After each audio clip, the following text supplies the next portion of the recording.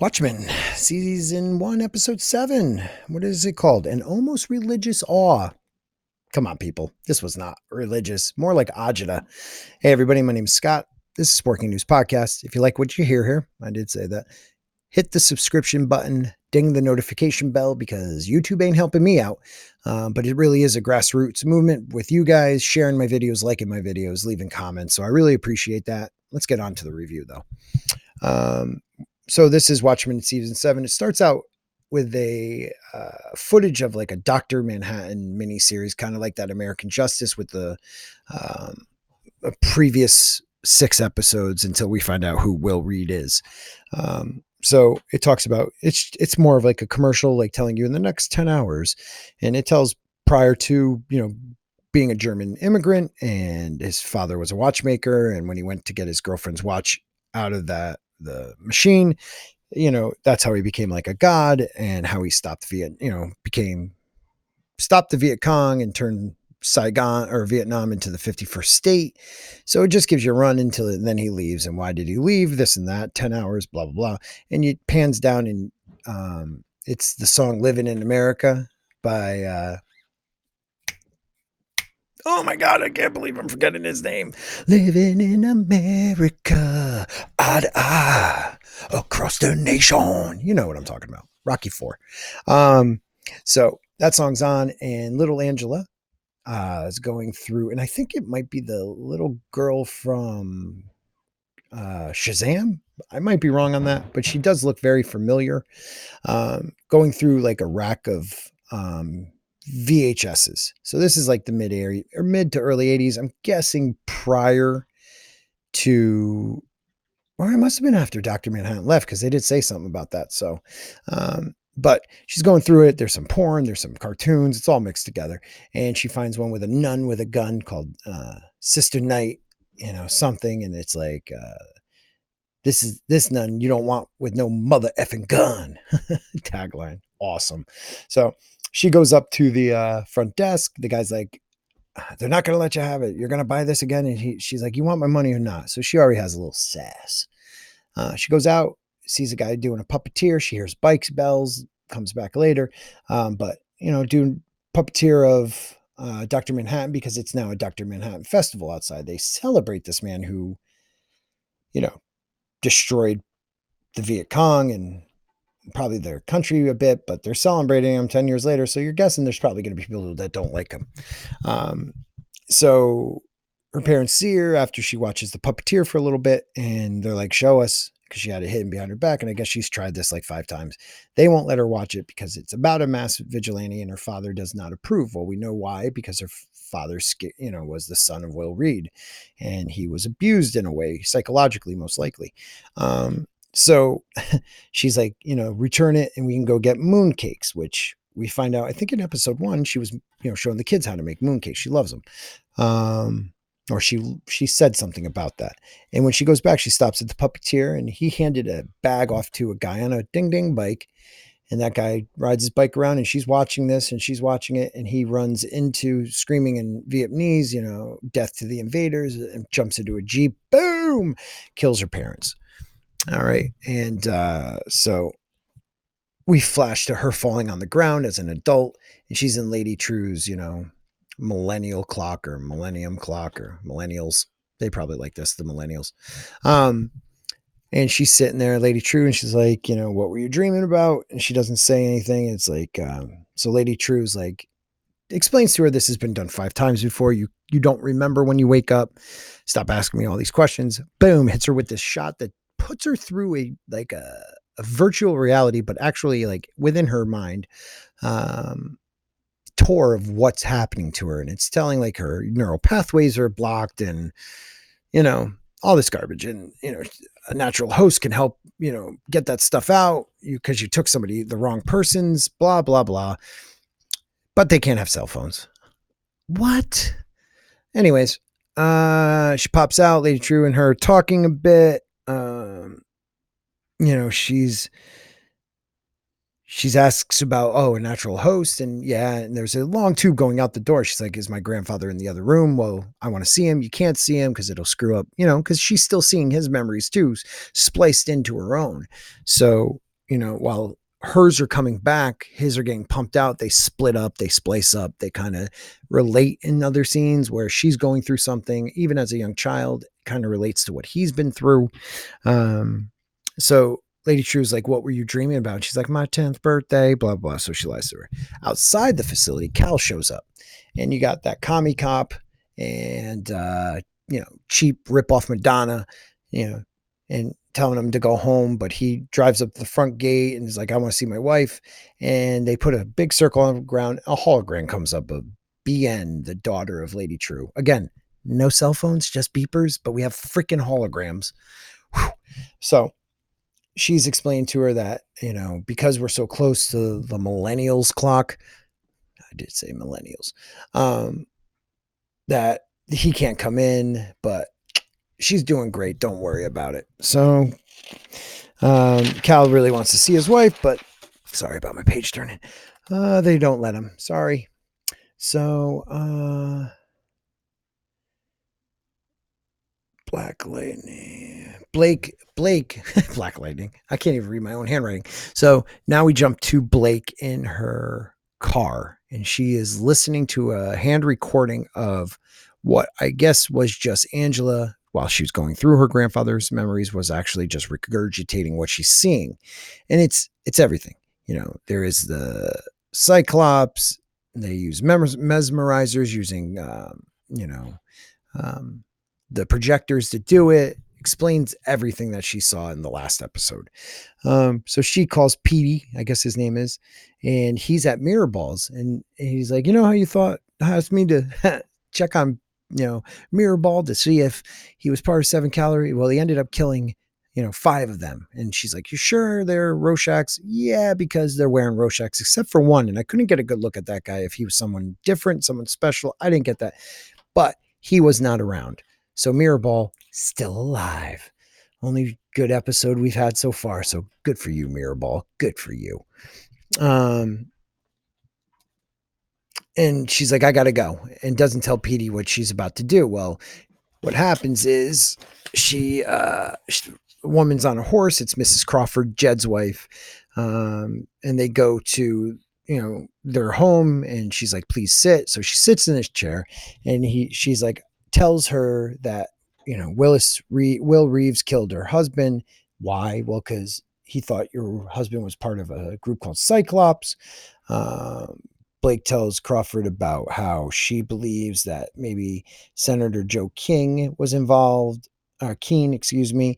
He might be running 7 Calorie, which is Cyclops. Tells her whole theory of like why. And Mrs. Crawford's like, so what, are you going to arrest me or kill me or whatever? And she's like, excuse me? And she's like, she goes and presses this button, and nothing happens. She's like, oh shit. And Blake's like, what the F is happening? And she keeps hitting the button. Now, if you're Blake and this woman just kind of admitted to being part of this murder, this 7th Cavalry, wouldn't you jump up? But no, she just keeps sitting there. And then all of a sudden the chair moves back, and then it drops. So she even had time to jump out of the chair.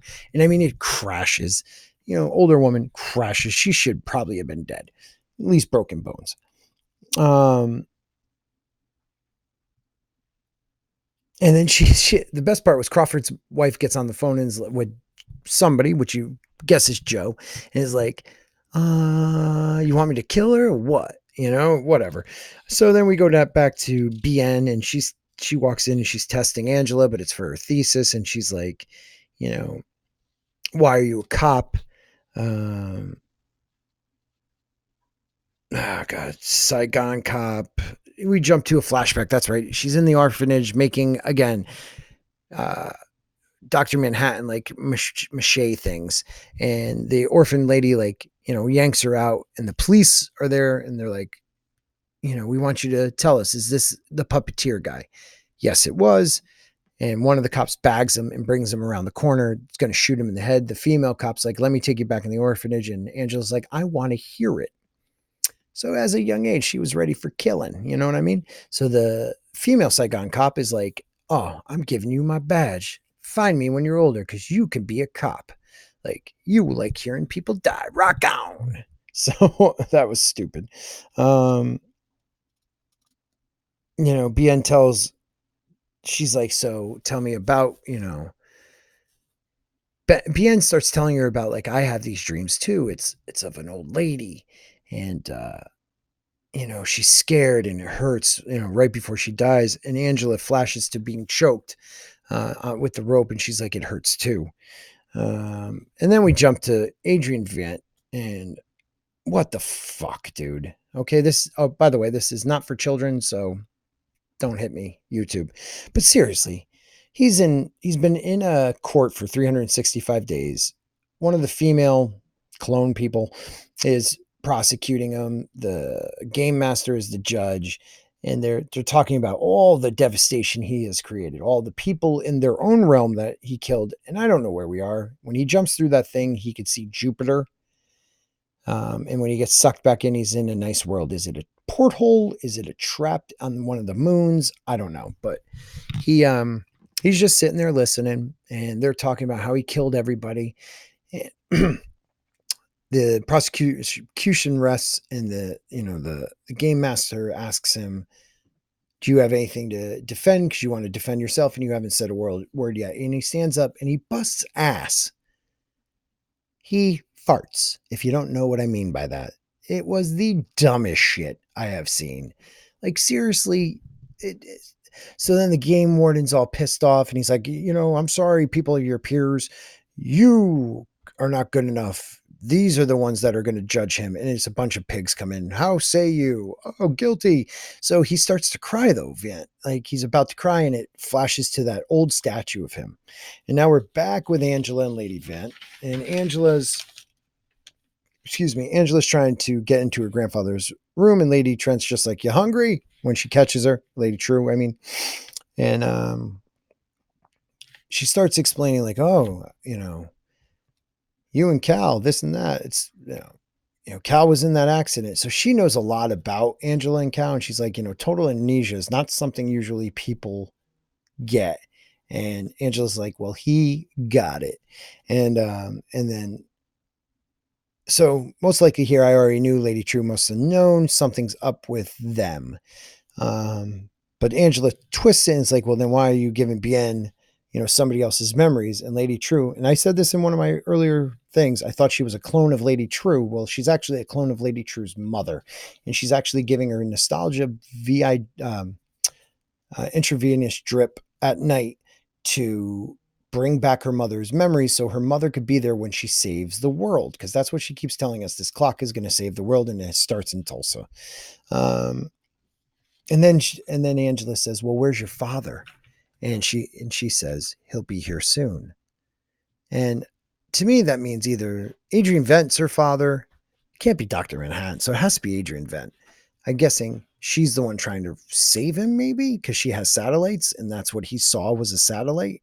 So how good is she really? I don't know. Is she really trying to save humanity? But is she trying to save it like he saved it by killing a lot of people? Are the cavalry and her working together? I don't know. But I have a feeling that's going to turn out to be her dad, even though she does look very Asian, and you would think she would have some features of him, but you see none of that. But could it have been Dr. Manhattan just impregnated her wife? Woo, he's like a god, so you never know, but it's most likely Viet. Cyclops has Blake, and this is probably the best part of the whole show, because Senator Joe is like, about to tell her his diabolical plan, and she's like, just shut the fuck up. Like, I'm tired. I don't want to listen to this shit. I'm in old JC Penney's. Like, you're about to tell me your plan, and you could tell it to me, but I don't give a crap. And he's like, oh yes, you do. And he talks about how it's hard to be a white man in America today. And the founding fathers created this country, and sometimes you have to restart it when pretty much they're just saying white men are oppressed.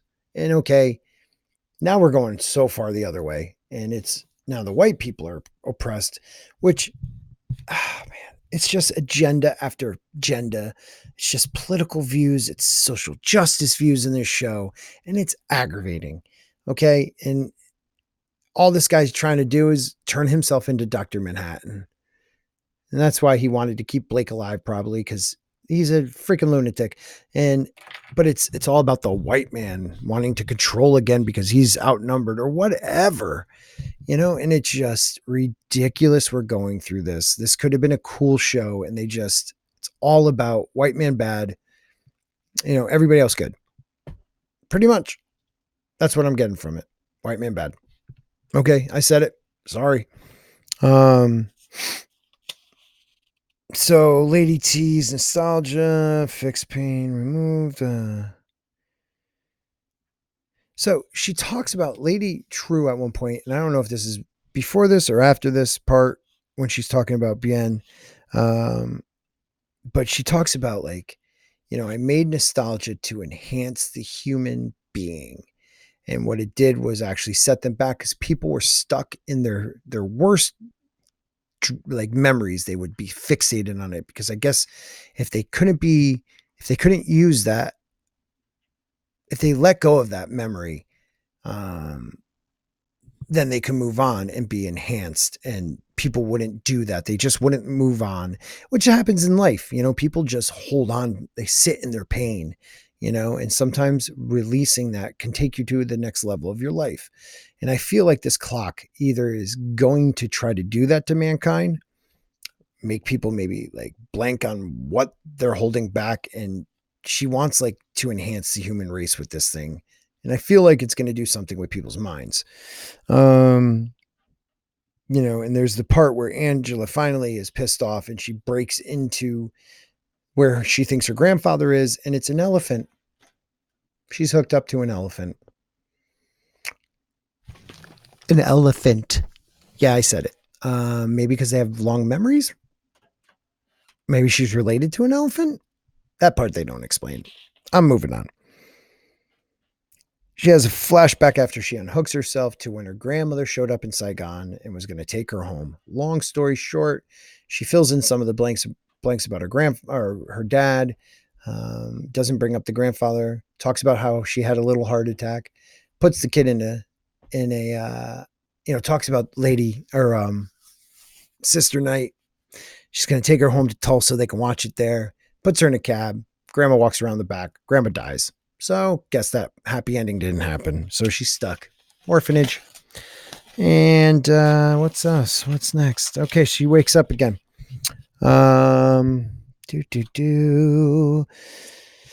So Angela wakes up. She runs out of the room. She gets to an elevator. She goes down the elevator. There's this glass blue ball. Blue balls. And it's a globe. And if you press on one of the cities, it brings you to one of those booths where someone was praying to Dr. Manhattan or asking Dr. Manhattan for help. And one of them's Blake when she presses Tulsa. And Lady True comes in and is like, all these people are hurt. All these people are in pain. I'm here. You might not believe me, but I'm truly here to save humanity. And she's like, okay, whatever. And she's like, well, in the next hour, the cavalry or someone, why do you think they're not? I'm sorry. Let's go back. So all these people are talking to Dr. Manhattan on Mars, but you know what's the funny part? He's not listening because he's here in Tulsa walking as a man. And she's like, what the fuck? And she starts to leave. And she's like, I am trying to save humanity. And what's another funny thing, Angela? You never asked who he was. I told you he was a man. You never asked. And Angela's like, I'm out. And then gets home. Seven cavalry's waiting outside her house. She doesn't see them. Cal wakes up. She has a hammer. Beats Cal in the head.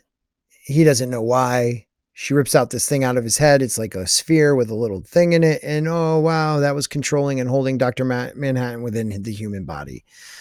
Now he's free. But yet he's going to die in an hour.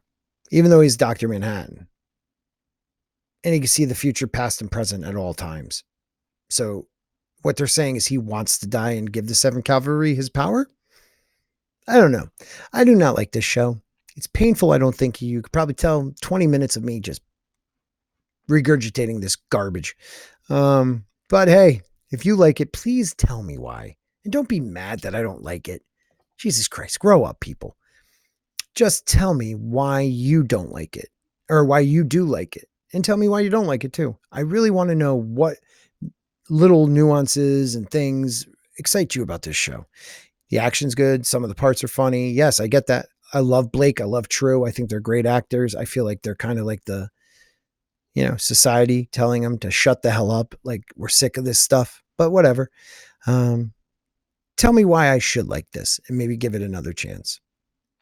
So if they're calling you names, they've already lost the war. Have a great one, everybody. And thanks to all my new subs.